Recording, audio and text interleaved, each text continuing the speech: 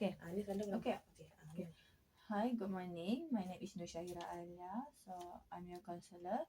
Before we start, I ada record video for my assignment. Okay, so this session very confidentiality. So, you dengan I je tahu and my lecturer. If ada apa-apa jadi, I akan inform dekat my supervisor lah. Okay, so how are you? After the session dengan you, I got like another problem. Oh, really? Oh, yeah. Problem lepas saya kena kes yang hari tu, saya dah berhenti. Seingat saya setahun selepas tu lah saya berhenti. Dalam masa 2 tahun saya kerja, baru saya sama MSU. Setahun selepas tu, saya ingat waktu tu saya ni cikgu penari tradisional. Dekat area rumah lah, kawasan rumah tu kita ada kelab. Jadi dulu memang saya menari kat sekolah. Sebab bila dah besar kita pun dah tak ada dah kan. Grup tu masing-masing dah belajar, dah kerja, ada dah kahwin. Jadi grup tu dah tak ada dah. So saya bukanlah orang yang masih buat persembahan, tapi disebabkan pengalaman saya boleh ajar orang lah. Saya pun dapat bayaran juga. Jadi saya ada ajar saya punya budak-budak kecil kat saya punya area rumah. Area Puchong Prima tu. Kalau diorang ada macam persembahan, orang panggil kenduri ke apa, saya boleh ajar lah, diorang panggil. Lepas tu saya ingat pada satu malam tu saya ajar diorang menari sekejap. Waktu tu saya ada kawan yang pandai menari juga, jadi saya boleh rehat sekejap, saya suruh dia menari lah. Saya dapat satu call daripada unknown number. Saya punya phone saya ni saya tukar selepas saya berhenti belajar poli. Sebab saya dah kerja, so saya beli sendiri lah pakai duit saya sendiri. Before ni saya pakai Android juga. Lepas tu phone tu pun dah jatuh rosak. Saya lepas poli saya kerja, saya dapat beli phone sendiri. Jadi saya tak save semua number. Lagipun kat politeknik tu pun saya rasa ada beberapa je yang okey yang saya rasa mungkin boleh contact lagi, boleh tanya khabar, boleh kira pakai jari lah berapa orang je. Jadi ada yang lain macam classmate saya sendiri pun saya tak save nombor dah. Tapi kan kalau kat Telegram, diorang masih ada nombor kita kan, betul? Tapi kita tak simpan nombor dia. Sebab nombor saya pun memang tak bertukar dari sekolah menengah. Jadi saya yakinlah masih ramai nombor saya yang tak save nombor dia dah. Jadi saya dapat call daripada unknown number. Saya keluar daripada Dewan. Sebab tu saya ajar budak kat Dewan. Saya keluar, saya angkat. Saya macam suara dia. Rupanya itu suara daripada saya punya roommate yang dulu sebelum saya berpindah. Jadi suara dia saya cam lah. Bila saya angkat, dia tanya khabar saya dulu. Miza, ingat tak? Time tu hati saya macam hancur lah. Sebab saya masa lama kan untuk dah tak lupa. Saya like move on dengan hidup saya kan. Bila saya dapat call tu saya macam ini bukan suara. Terus saya terkedu sekejap. Dalam beberapa detik saya diam. Jadi kawan saya tu, Miza, ingat tak? Alah ni alah roommate kau tu kau tak ingat gitu. Macam alah kawan kau. Saya macam agak blur, terkesima. Saya macam kenapa? Tu kan. Tak saja nak tanya. Aku ada masalah. Saya rasa semua pun boleh teka ke mana masalah ni pergi. Jadi dia bagi tahu saya dia ada masalah kewangan. Sebab pada waktu tu sepatutnya kawan-kawan satu batch dengan saya dah habis belajar rasanya ataupun dah start intern. So dia rupanya ada fail. Saya tak pastilah berapa subjek dia fail, tapi dia perlu extend lagi belajar dia. Jadi tak silap saya pinjaman yang dia guna tak dapat cover. Yuran selebihnya tu dia macam cover itu je. So bila dia fail, saya tak tahu berapa kali yang buatkan dia nak kena guna dana dia sendiri. So dia tak cukup. Katanya dia kena sit for exam, dia ada berapa duit tapi tak cukup lagi berapa. Dia nak pinjam saya almost 1k at that time. Waktu tu saya kata tak panjang lah. Saya cuma cakap, kenapa minta kat aku? Mana kawan-kawan lain? Sebab dulu fikir betapa riuh dan hebohnya kawan-kawan dia. So saya kata ada lah, tapi ada pinjam RM50 sikit je, tak lain tak dapat pinjam. Lepas tu saya cakap yang saya ni ada komitmen kereta. Saya komitmen kereta, komitmen nak kahwin, komitmen yang agak besar pada usia lah masih muda. Gaji pun kita tak adalah besar mana. Saya terang kat dia dulu benda tu. Second, saya cakap beraninya dia call saya balik untuk minta duit. Dia diam. Alah. Lepas tu dia cakap, dia balas dengan saya, alah kita kan kawan. Dari situ saya macam shock. Selama apa yang saya kena, mental dari dia dan juga kawan-kawan dia, buatkan saya betul-betul hilang rasa semangat belajar. Saya tak minat event management, classmate pun tak apa nak bagus, lecturer apa saya tak faham. Jadi saya fikir apa yang buat saya nak stay kat Politeknik Melaka tu. Tak ada benda, tak ada apa yang menarik. Kawan pun tidak, belajar pun tak minat, kawan-kawan pun tak ada macam support sangat. Ada isu-isu macam-macam, jadi macam apa yang best satu dua je lah kot yang buat borak. Betul dah. Tu sampai saya berhenti. So bila saya dapat call tu, saya rasa fikir selama apa yang saya hadap ni pada dia means nothing. Sebab torture dah mental saya. Tapi dia macam kita kan kawan, alah. So kiranya dulu tu macam gaduh manja biasa je. Sebab benda tu really affect my life until now. Tapi dia macam selamba je. Kata macam beraninya dia, tebal muka kau. Kata kan, betul. Saya cakap bertebal ni muka kau, boleh call aku lagi. Minta duit pula tu. Dia diam. Lepas tu dia macam gelak sikit lah. Alah, kita kan kawan. So saya macam agak termenung di situ. Saya fikir, saya selama ni menyalahkan diri saya. Saya salah berkawan ke? Saya salah ke berkawan? Tak ada berkawan ke saya ni? Ke sebab saya rasa saya junior, saya tak ada kawan dengan senior. Sebab bila saya rapat dengan ketua blok, saya rapat dengan ramai orang. Tapi saya pun masuk juga. Saya ada masuk organisasi yang bawah dia. So saya lebih rapat sebab saya tolong. Saya bukanlah betul-betul tolong macam dia ni junior baru masuk, tak ada kena-mengena, tiba-tiba saya tolong apa orang kata MPP, Majlis Perwakilan Pelajar. Sampaikan bila rapat kita satu geng, bawa pergi daki gunung hiking, pergi Melaka, pergi Dataran Pahlawan, tengok wayang, main bowling. Jadi benda tu mungkin berlebihan pada orang. Jadi ada orang kata penyakit hati lah, iri hati, dengki, jealous. Tapi saya tak sangka benda tu sangat efek saya pun sampai saya betul-betul berhenti. Jadi bila saya dapat panggilan tu, saya berfikir tau, saya orangnya tak adalah overthinking sangat. Sebab saya faham benda tu akan mengganggu tidur saya, mengganggu makan. Jadi 6-7 bulan tu saya berusaha untuk sembuh lah, untuk cuba cari apa saya minat, keluar dari bilik, tak boleh terus macam ni, cari kerja supaya saya busy, saya distract diri saya. Tapi pada dia macam tak ada benda. Macam alah setakat lah kita kawan, takkan benda tu, takkan kau berhenti sebab aku kot. Betul kan? Macam bukanlah memang sebab dia orang, tapi one of the reason tu dia lah. Selain tu ada je reason-reason yang berbeza. Itu yang saya fikir, macam mana saya nak control overthinking tu. Sebab kadang saya rasa saya salah, tapi orang rasa macam benda ni kecil. Saya terlalu oversensitive. Jadi itu yang saya fikir, macam mana saya nak control emosi saya. Okay, before tu masa dia call you tu, apa yang you rasa? Apa yang buatkan you, apa perasaan you time tu? Saya ada sikit lah rasa geram, tapi saya lebih pada kecewa. Saya sedih pada diri saya sendiri. Sedih pada saya bukan sedih dia miskin ke nak pinjam duit. Saya tak fikir, saya fikir diri sendiri. Selama ni saya fikir saya terlalu terkesan dengan diorang, mulut, perilaku. Tapi diorang langsung tak terkesan apa yang diorang efek dalam hidup saya. Faham. Apa diorang buat tu mungkin biasa kot, dan diorang tak sangka benda tu efek hidup saya sangat teruk. Saya berhenti belajar sebab diorang. Diorang masih belajar biasa sampai habis. Dan saya sekarang kerja sebab nak sembuh, nak heal, nak reset diri. Dan bila saya masuk belajar, tu lah saya yang susah. Saya yang susahkan diri saya, masuk belajar lambat. Orang lain lepas PN dah masuk, saya dah 21 baru masuk kan. Jadi saya rasa macam kesian dengan diri sendiri. Orang lain yang buat salah, tapi saya yang susah hidup saya. Faham.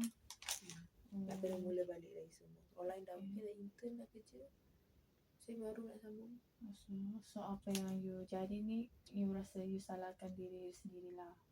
Ada sampai saya rasa saya salah. Tapi bila saya dapat panggilan tu, saya macam lagi berfikir. Saya salah atau tak, atau saya drama. Saya over ke? Macam bagi orang macam biasa, takkanlah berhenti. Tapi saya terkesan. Macam you berfikiran negatif lah. Saya berfikiran negatif sangat waktu tu. Jadi saya tak tahu macam mana saya nak kontrol emosi saya. Tak tahu saya cuba terkedu. Jadi saya tak 2-3 hari saya tak dapat tidur lepas panggilan tu.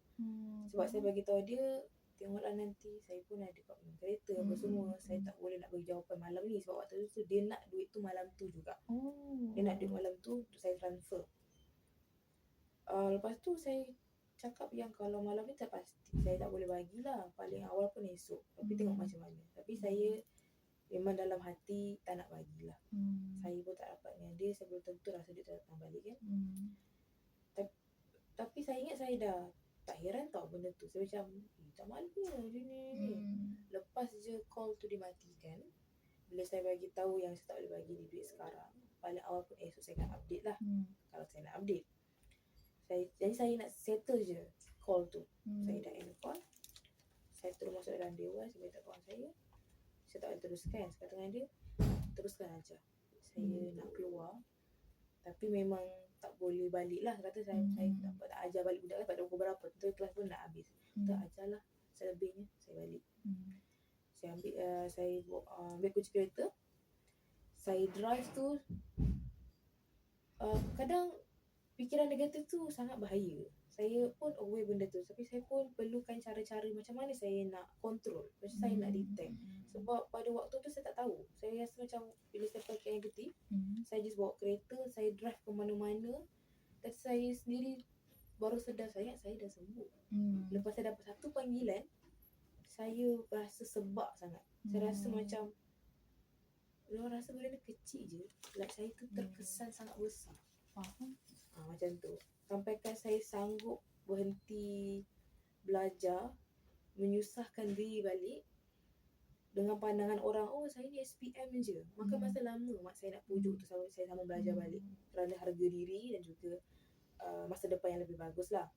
Jadi saya drive tak ke mana, saya sedar diri saya sebab dan menangis sebab saya fikir betapa ringannya dia anggap benda tu. Sampai masa dah dapat setahun untuk sembuh. Diorang tak physically bully pun apa, but saya rasa emotionally, mungkin perkataan yang dikeluarkan, perilaku yang saya dapat rasa, dia makan dalam lah. Lama-lama saya sendiri rasa saya sendiri hancur. Jadi tu saya perlukan cara-cara saya nak detect macam mana saya nak kontrol emosi negatif. Overthinking kan negatif kan. So macam mana? So okay, dari segi awak yang saya dengar cerita awak, awak ada masalah dengan kawan-kawan awak yang dekat tempat belajar yang lama, dekat poli lah. So you ada problem dengan kawan-kawan you, dengan you punya roommate, and then diorang rasa dia macam lontarkan kesalahan dekat you, yang semua penyebab diorang kena marah apa semua. Diorang kena denda semua saya salah. Sebab saya rapat. So you rasa diri you salah sebab you macam berkawan dengan ketua blok. Yes, ketua blok. So you rasa macam salah you berkawan dengan ketua blok tu. Then you berhenti pun sebabkan salah satu sebab pun itulah, sebab dia akan kacau mental saya lagi lama kan. So you hadap depression dalam nak dekat setahun. Depression, and then tiba-tiba ada miss call dari your roommate yang lama yang saya tukar bilik tu. So you rasa overthinking sekarang ni, fikiran negatif. So dari segi apa yang saya dengar, saya ada satu teori ni. You boleh try, boleh apply dekat diri you. So teori ni dipanggil CBT. CBT tu adalah Cognitive Behavior Therapy. So dia ni dia macam mana nak cakap, dia benda ni, teori ni dia dapat dia dari segi perasaan you, tingkah laku you punya cara you handle perasaan Emosi negatif. saya lah. Yes. So dari teori ni you boleh try ubah you punya fikiran negatif ke positif. So ada teknik-teknik dia lah. So macam untuk first teknik yang I boleh bagi tahu you ialah identifikasi fikiran negatif. Identifikasi fikiran negatif tu like macam you berfikiran negatif and then you identifikasilah yang apa yang you fikir, apa yang negatif, like macam tu. Okay, faham tak teknik untuk pertama tu? Jadi saya bagi contoh lah. Untuk kefahaman saya maksudnya saya contoh ada satu situasi saya fikir saya salah lah sebab saya kawan ke, saya rapat ke. Jadi itu tanda-tanda yang saya berfikir negatif lah. Saya kena detect benda tu. Okay, baik. So and then kalau you dah fikir macam tu, you kena try teknik restrukturisasi kognitif. So yang tu you mengidentifikasi you punya fikiran negatif tu ke positif. Like you tak salahkan diri you. Macam okay, you rasa you berkawan dengan ketua blok tu salah. Kan sebab jadi benda-benda macam tu. So benda tu tak salah pun sebab you just nak berkawan. Macam tu you macam try to positif lah. Jadi saya fikir kadang macam mana kalau situasi tu saya tak dapat jumpa positif dia. Macam saya fikir yelah saya salah. Kalau saya tak macam ni, saya tak kawan dengan ni, mungkin saya tak dapat kena macam tu pelayanan. Jadi saya kena cari juga positif dia dulu juga ke. Macam tak salah pun saya berkawan dengan ketua blok. Sebab saya memang nak berkawan je. So saya kena cari juga positif supaya saya boleh tukarlah benda tu. Dia kena tukar pola fikiran.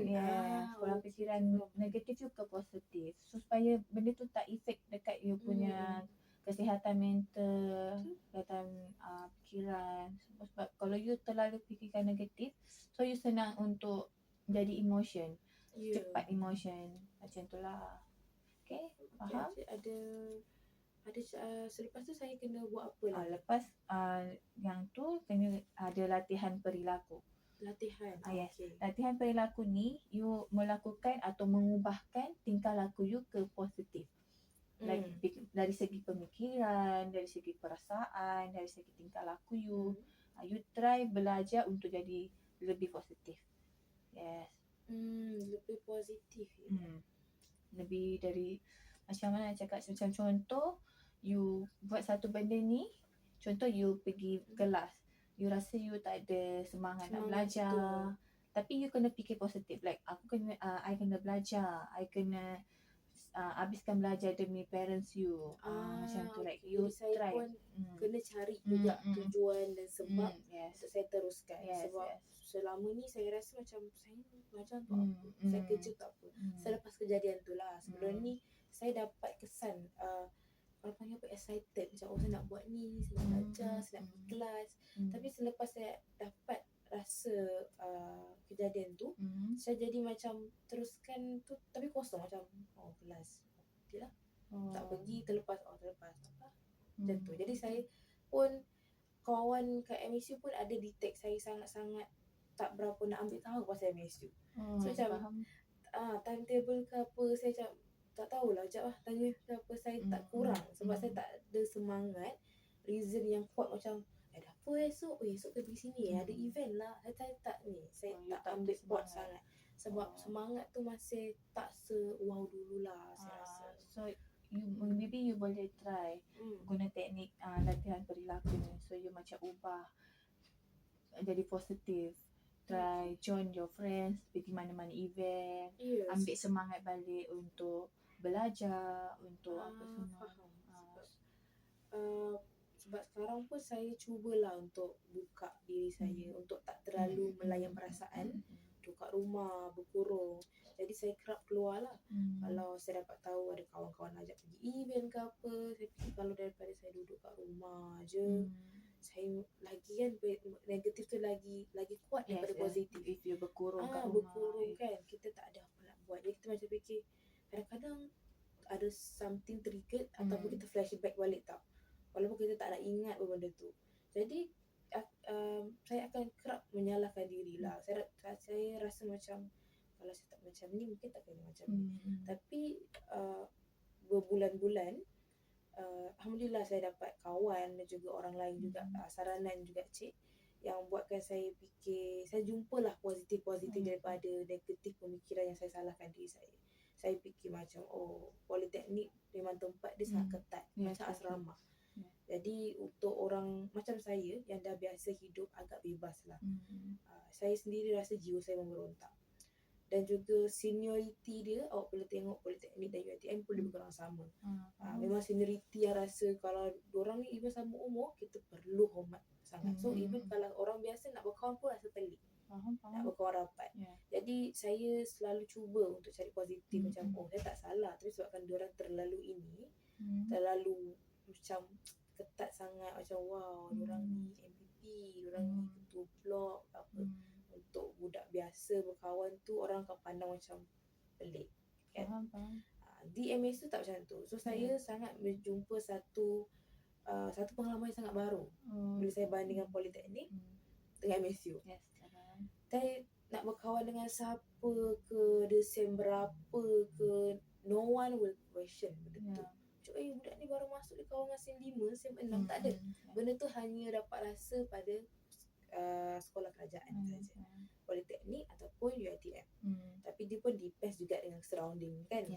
So tak semua orang jumpa yang saya jumpa orangnya.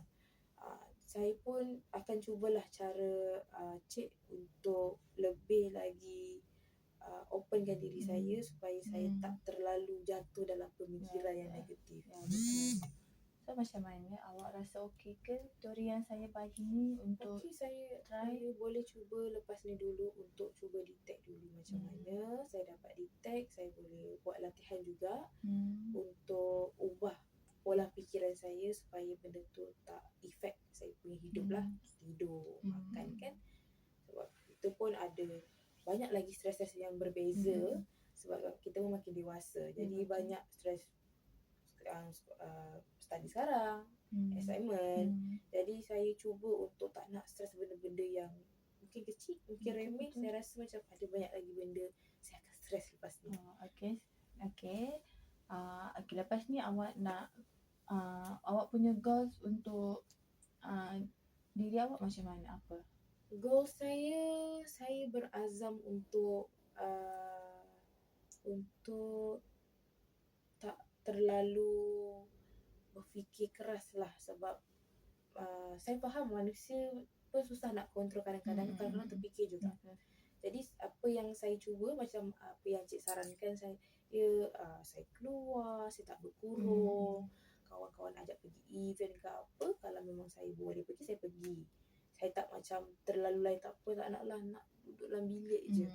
Saya tak nak biarkan diri saya macam tu. Sebab saya tak dapat kontrol. Jadi bila daripada benda tu berlaku, baik kita hindari. Itu saya keluar lah, pergi event ke, lepak ke apa. Selagi saya ada tenaga, saya memang tak busy dengan kerja, saya boleh pergi, saya keluar.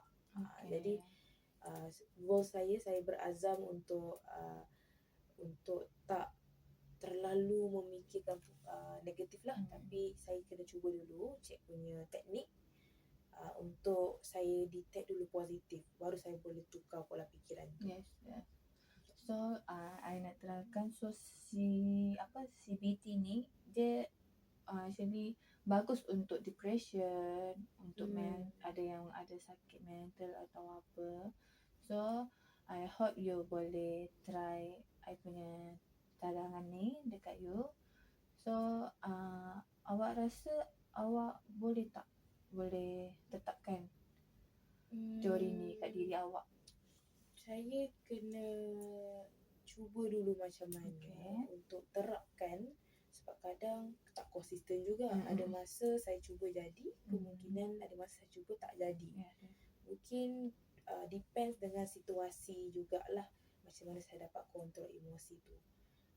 Mungkin masalah yang lebih besar, saya cuba mungkin makan masa yang lama. Saya rasa encik sarankan teknik ni berkesan. Teknik encik bagi ni bagi saya sangat baguslah sebab saya sendiri pun kadang tak dapat detect negatif saya mana. Saya cuma asyik salahkan diri je. Jadi bila saya dapat detect, baru saya dapat tahu masalah kat mana. Oh, saya salahkan diri kat sini, kat point ni dan point ni. Jadi saya cuba untuk fikir pula positif dia. Oh, tak salah macam ni, biasa je ke apa kan, untuk tenangkan saya punya hati. So saya boleh ubah pola fikiran tu. Saya rasa benda ni sangat berkesan. Cuma mungkin depends on masalah saya. Mungkin ada yang masalah kecil saya terus terapkan, senang saya terus maintain. Kalau kemungkinan mungkin saya tiba-tiba tak dapat kawal emosi, mungkin saranan encik ni berkesan, tapi mungkin saya perlu ambil masa agak lama untuk terapkan dalam hidup lah. Faham. Okay. Awak ada apa-apa ke nak cerita? Jadi saya rasa setakat ni itu je yang saya dapat cerita lah. Saya dapat luahkan, saya rasa lega lah, dan terima kasih atas saranan yang cik bagi. Okay, lepas awak cerita sebenarnya apa yang awak rasa? Saya rasa sangat lega.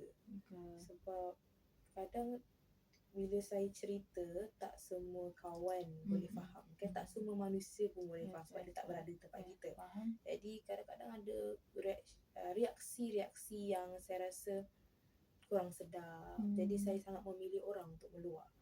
Jadi pada saya lebih bagus bila kita ada masalah, kita cerita orang yang lebih arif, lebih pandai. Macam kaunselor yang memang pakar dalam bidang tu.